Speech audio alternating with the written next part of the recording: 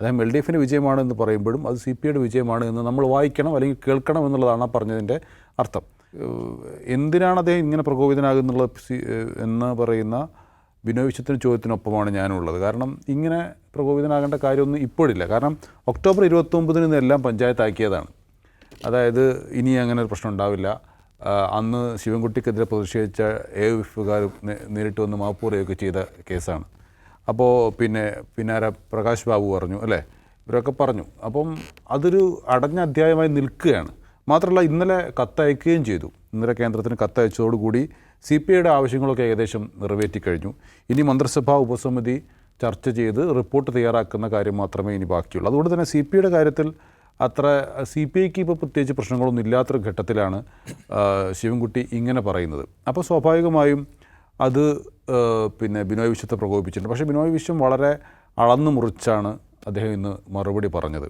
കാരണം ഞാൻ CPMനെതിരെയോ ശിവൻകുട്ടിക്കെതിരെയോ ഒന്നും പറയുന്നില്ല, എന്നാൽ എൻ്റെ നിലപാട് കൃത്യമായി പറയുന്നു എന്ന് പറഞ്ഞുകൊണ്ടാണ് അദ്ദേഹം അതിന് മറുപടി പറയുന്നത്. ശിവൻകുട്ടി പറഞ്ഞത് എന്താ, ഇതാരുടെയും വിജയമല്ല. അതുതന്നെയാണ് പിന്നെ ബിനോയ് വിശ്വം പറഞ്ഞിട്ടുള്ളത്. ഇതാരുടെയും വിജയമെന്നും പറയേണ്ട കാര്യമില്ല, ഇത് LDFൻ്റെ വിജയമാണ്. LDF എന്ന് പറഞ്ഞാൽ CPMഉം CPIയും ഉൾക്കൊള്ളുന്ന പിന്നെ മുന്നണിയാണല്ലോ. അപ്പോൾ അത് LDFൻ്റെ വിജയമാണ്. അപ്പോൾ LDFൻ്റെ വിജയമെന്ന് അദ്ദേഹം പറയുമ്പോൾ അതിൻ്റെ ലക്ഷ്യം എന്താണ്?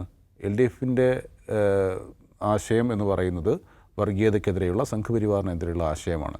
ആ ആശയം ഉയർത്തിപ്പിടിച്ചുകൊണ്ടാണ് ഞങ്ങൾ ഈ നിലപാടെടുത്തത്. ആ നിലപാടിനൊപ്പം CPM നിൽക്കേണ്ടി വന്നു എന്നുകൂടിയാണ് അദ്ദേഹം പറയുന്നത്. അദ്ദേഹം LDFൻ്റെ വിജയമാണെന്ന് പറയുമ്പോഴും അത് CPIയുടെ വിജയമാണ് എന്ന് നമ്മൾ വായിക്കണം അല്ലെങ്കിൽ കേൾക്കണം എന്നുള്ളതാണ് ആ പറഞ്ഞതിൻ്റെ അർത്ഥം. പക്ഷേ അത് ശിവൻകുട്ടിയെ ഇപ്പോഴും പ്രകോപിപ്പിച്ചുകൊണ്ടിരിക്കുന്നു. കാരണം കഴിഞ്ഞ ദിവസം 92.4 കോടി രൂപ SSKയുടെ ഫണ്ടായിട്ട് ലഭിച്ചു. അത് എന്തിൻ്റെ പേരിലാണ്? ഈ നേരത്തെ PM ശ്രീയിൽ ഒപ്പിട്ടതിൻ്റെ പേരിലാണ് ആ ഫണ്ട് ലഭിക്കുന്നത്. ഇനി ഫണ്ട് ലഭിക്കാനുള്ള സാധ്യത വളരെ കുറയുകയാണ്. കാരണം ഇത് മരവിപ്പിക്കണമെന്നുള്ള കത്താണ് കഴിഞ്ഞ ദിവസം പൊതുവിദ്യാഭ്യാസ സെക്രട്ടറി നൽകിയിരിക്കുന്നത്. അപ്പോൾ സ്വാഭാവികമായും ഈ മരവിപ്പിക്കൽ എന്ന് പറയുന്നത് സാങ്കേതികമായി നടക്കില്ല എന്നുള്ളതാണ് ഇതിൻ്റെ ചട്ടങ്ങൾ പറയുന്നത്. ആകെ റദ്ദാക്കാനുള്ള അധികാരം തന്നെ കേന്ദ്ര സർക്കാരിനേ ഉള്ളൂ.